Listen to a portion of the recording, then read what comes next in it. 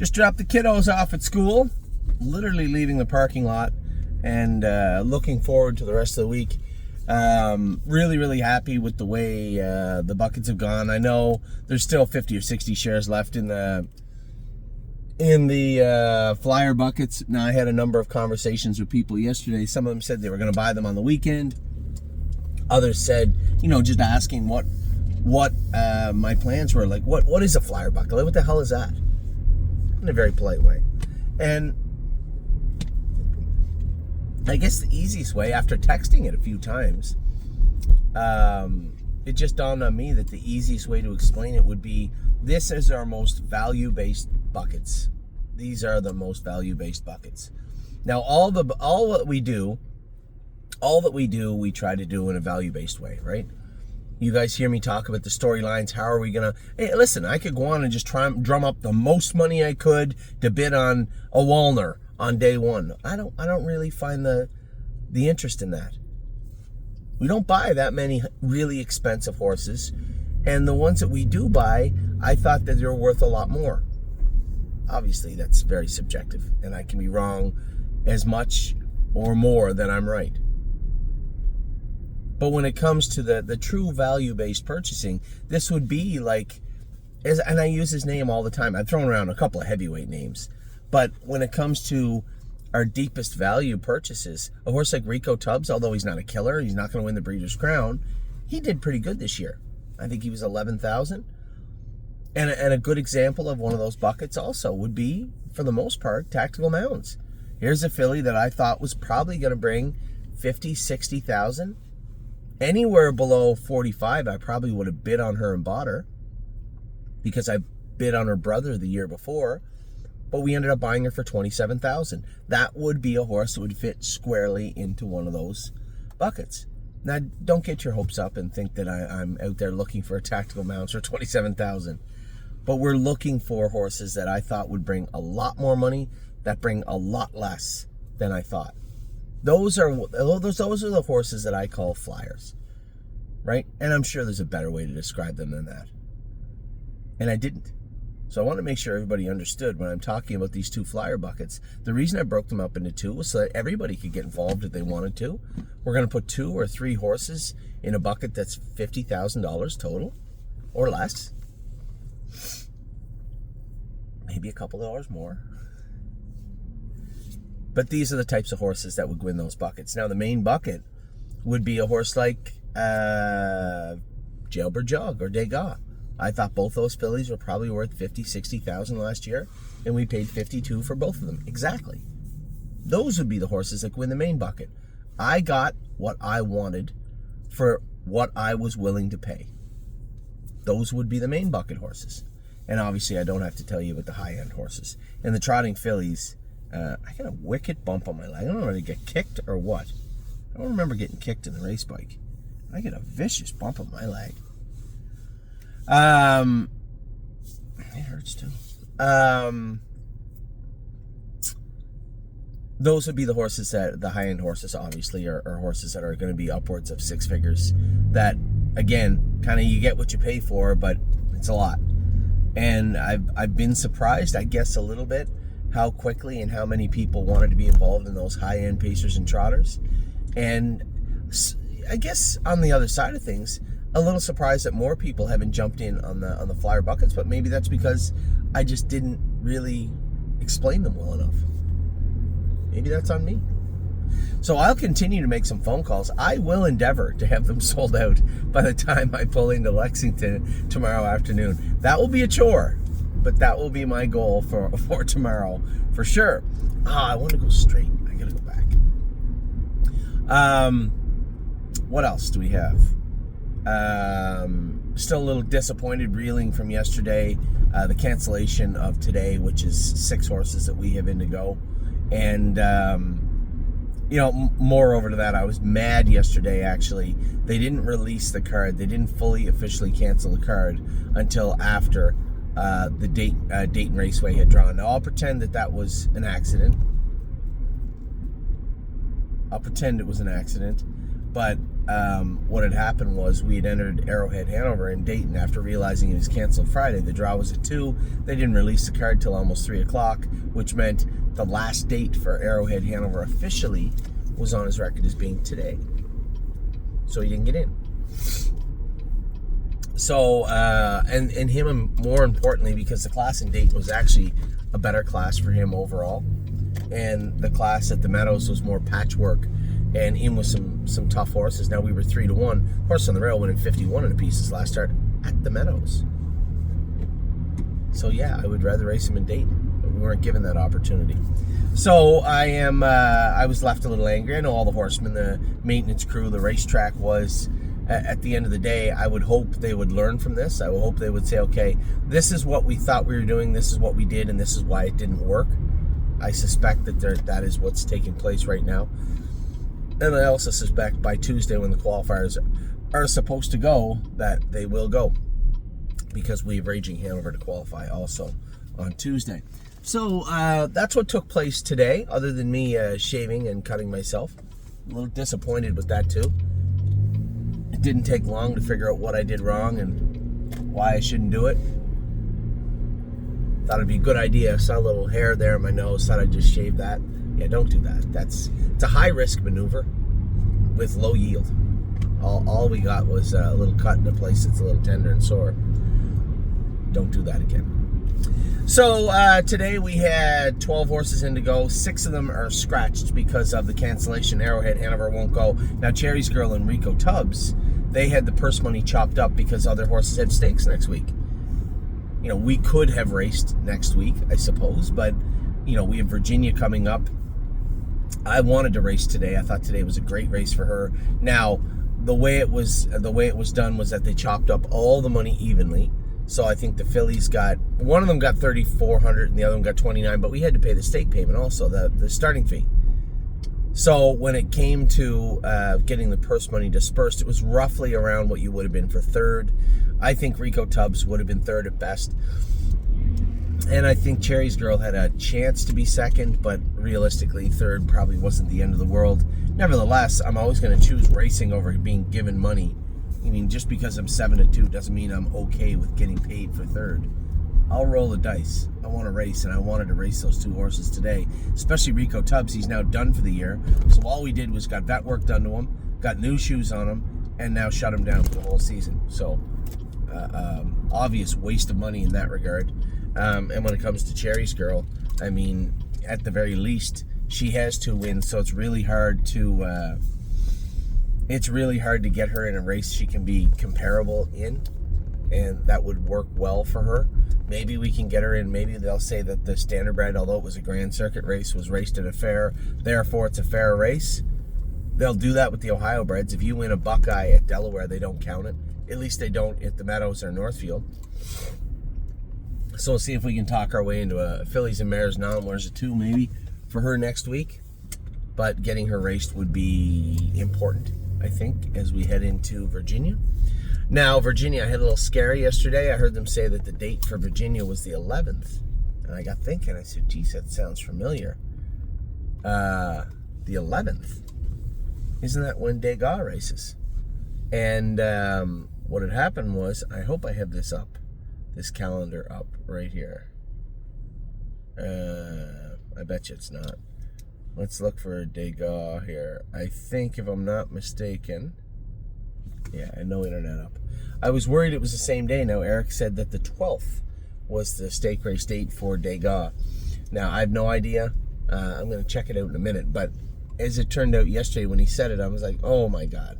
We're going to have to, I'm going to have to miss Virginia to go race Degas and Jolene Hall in Corbin. But we'll see how that plays out. I'm not positive yet. I don't know. And as I talk to you right now, I'm going to look into it. So we have the horses scratched today. Who else do we have today, Anthony? We have Jailbird Jog at 1:20 in the afternoon. I spoke to James yesterday about Jailbird Jog quite a bit, just giving him a heads up, saying, listen, I don't want to give you too much information because she's not that tricky to drive. I wouldn't put her right on the gate. I'd bring her into the gate. I'd bring her in a little slower, and drive her however you want after that. The only thing I wouldn't do, the only thing I would caution you about, do whatever you want. I wouldn't put her first on the gate, and I wouldn't try and back her into a hole. They're the only two things that I wouldn't do if I were you. And he said, well, what did she do? I said, nothing. You just don't want to agitate her. And you don't want to agitate her. And if you try to back her into a hole, sometimes that's exactly what happens. Why is this thing doing this? Like, it's sign into Joanne Staking. Yes. Submit. Okay, here we go. So I'm just going to give you a quick update in real time here for Degas. It is October the 12th. He was right. So I'm going to race October the 11th in Virginia. I guess I can look at that right now too, because Cherry's Girl is right above her. Cherry's Girl, 23rd. Cherry's Girls Virginia is October the 11th. So Saturday, October the 11th, I will head to Virginia. On the 12th, I will be in Corbin. Seems fair to me. I've been very, very happy with the way Cherry's Girl's been racing, and although I would have been absolutely fine with Logan Ebersol driving the filly, that's who's going to be training Cherry's Girl. I'll go down and drive her in Virginia. Logan's a good kid with a good set of hands. He's in that tough time right now where he's looking for accounts. He's looking for quality drives. See, what happens is when you get your license, you get a bunch of crap drives that no one wants. It's been hard enough to make an impact as a rookie driver, but I'm going to give you the worst of the worst to drive, and then you have to show me that you can make an impact. It's a very difficult position to be in, and I know that a kid like Logan just wants to drive some power, and I would have been fine with him driving Cherry's Girl, but I too want to go to Virginia also. So we'll see how that plays out with respect to Virginia and Cherry's Girl, and obviously Corbin with respect to Jolene Hall and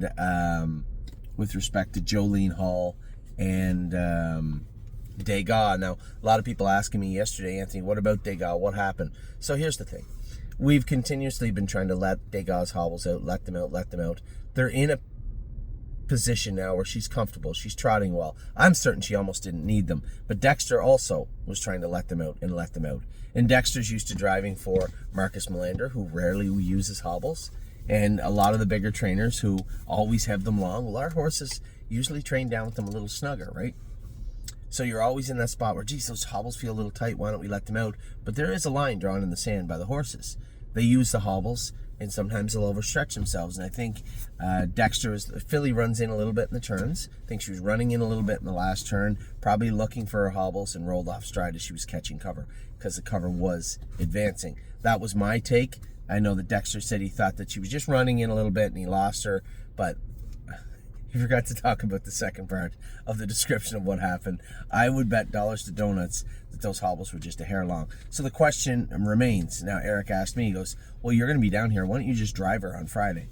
Well, my whole plan for Friday was to go back early. If we have the horses we need out of Lexington, there's no need for me going the last day. We already have a number of powerful looking Ohio breds, which would be the biggest draw for me for Friday. So I don't know that I need to be there on Friday. And I said, well, I can train her Thursday morning. He said, well, if you're going to train her Thursday morning, why don't you just drive her Friday afternoon? It's 2 weeks out. It'd be 2 weeks out from Corbin. It's a good spot for her to be in. She was favored yesterday. Now, a lot of that was Dexter, but she was favored yesterday. Just, she only got 9 starts, which 9 starts and Corbin would be 12-13. That would be more than enough, and none of them were super taxed. And all of them, for the most part, was she was stabled at a track. That's a big deal. You got to remember, a lot of these young horses, you got to ship them around everywhere, right? You got to ship all over Pennsylvania. You got to ship all over New York if you're in New York, or go to the Meadowlands. There's no stabling at those tracks, but at Oak Grove in Lexington, there is. Now, Corbin, there's not, but at the first two there is. So a pretty low stress year for Degas. So I guess I'll mull that one over. I'll decide what we're going to do this week. Delicious Stone DK raced great last night. First over into the big cold into Yes. I think Yes was still third or fourth. I had somebody message me the other day and say, Anthony, Delicious Stone has raced all year, almost every week for 3 months. Now, in fact, almost every week, more than 4 months, like 17 starts in a row. And I said, okay, cool. Do you not think that maybe if you just give him a few weeks off, he'd do in the 25? I said, I'm going to tell you a little something. I've been around long enough to know when you have horses that have injuries and they've re-injured them at least once, if not multiple times, And then you start making long-term plans for those horses, turning them out and bringing them back. And all you do is look for trouble. Because I'm going to tell you something. You're going to turn them out, they're going to slip in the field and re-injure it or injure somewhere else. I've seen it a million times. Just race the horses when they're good. Don't race them when they're bad. And that's the best way to look at racing an aged horse that has had those issues of the past.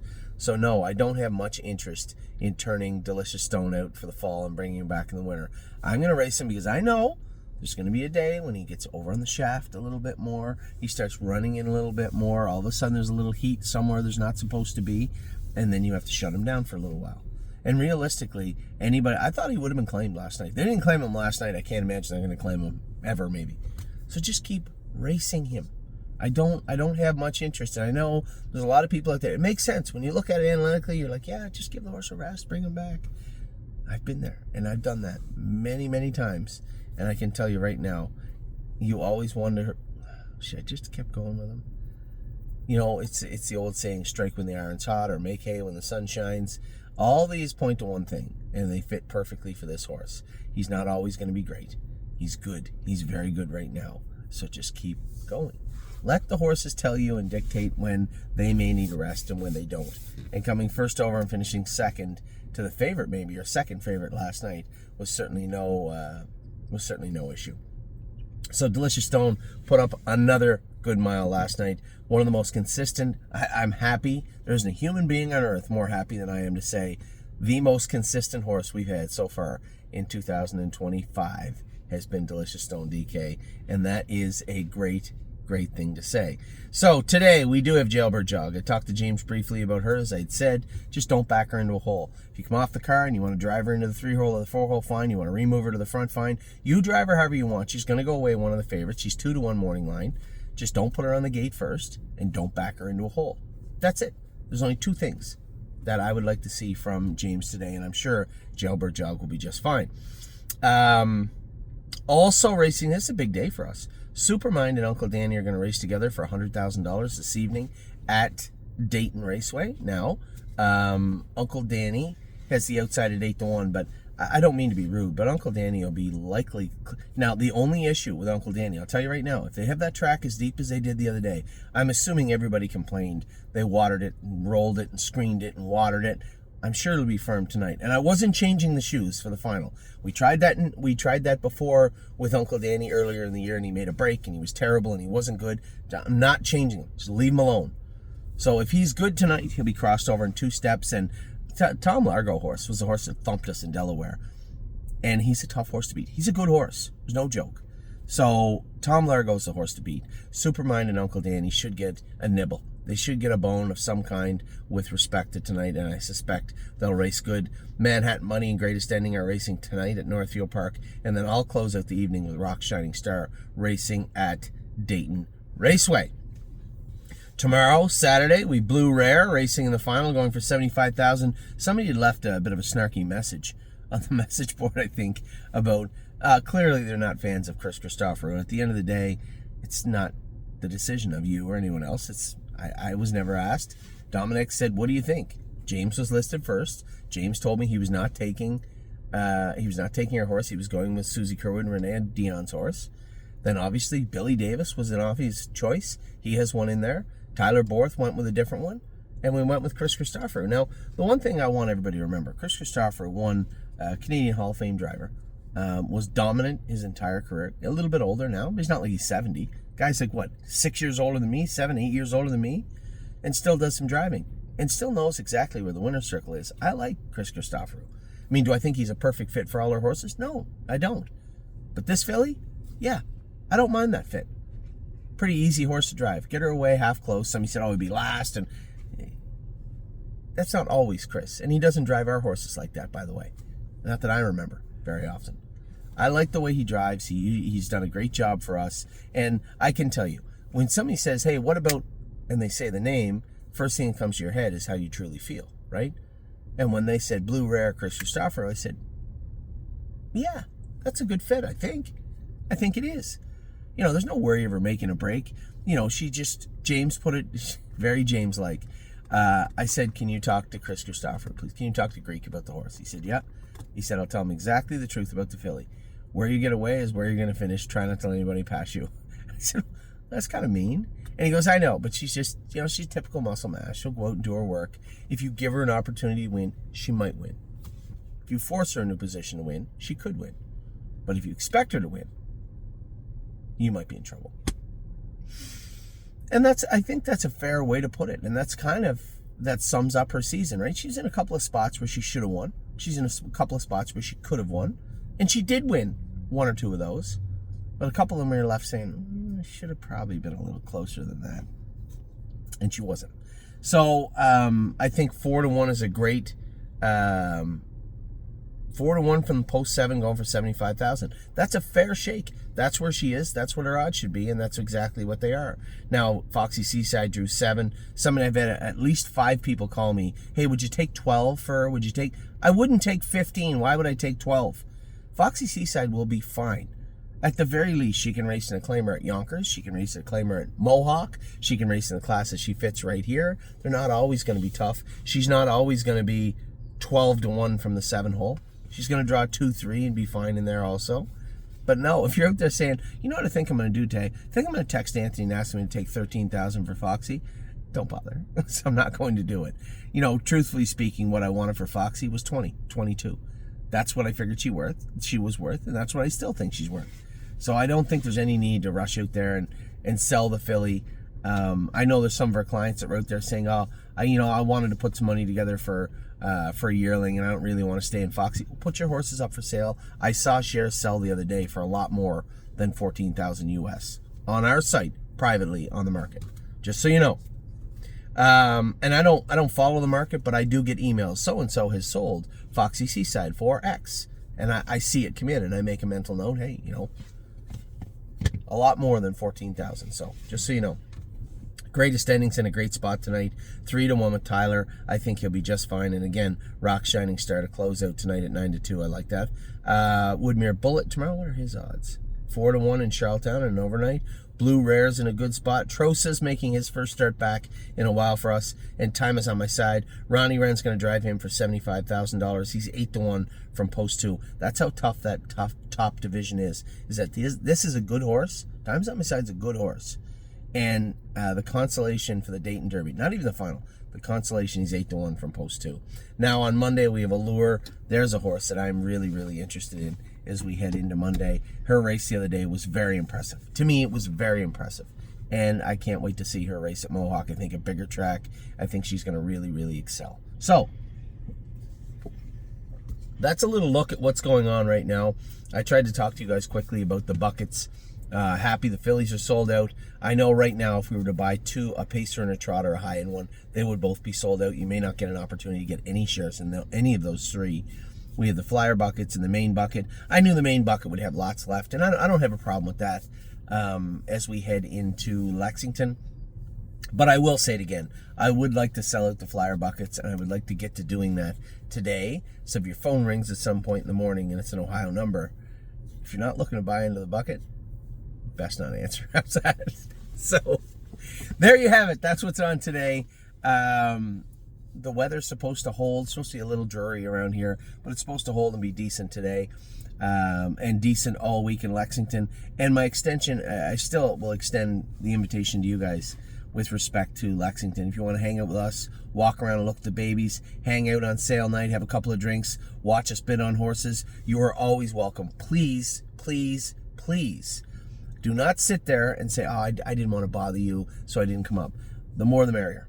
I love being around our clients. You guys are the best clients that anybody could ask for. And when it comes to the sales, you are more than welcome. Hang out with us. You're welcome anytime. All right? Take care, everybody. I will talk to you soon. Have a great Friday.